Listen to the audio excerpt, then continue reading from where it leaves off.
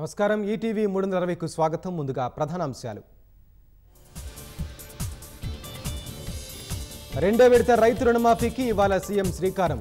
లక్షన్నర రూపు అప్పున్న 7 లక్షల మందికి లబ్ధి. 17 గంటల పాటు సుదీర్ఘంగా సాగిన అసెంబ్లీ. 19 పద్దులకు ఆమోదం తెలిపిన శాసనసభ.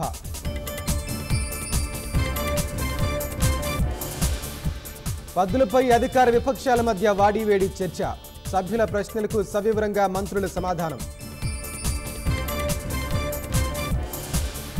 హైదరాబాద్లో నేటి నుంచి ఇంటింటి సర్వే. ఆస్తి పన్ను ఎగవేతకు అడ్డుకట్ట వేసేందుకు జీహెచ్ఎంసీ చర్యలు.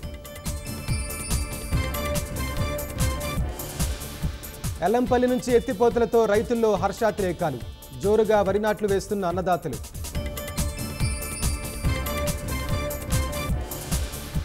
ఏటా 10 రోజుల పాటు బ్యాగులు లేకుండా బడి నిర్వహణ. తొలుత 6 నుంచి 8వ తరగతి వరకు అమలుకు కేంద్రం నిర్ణయం.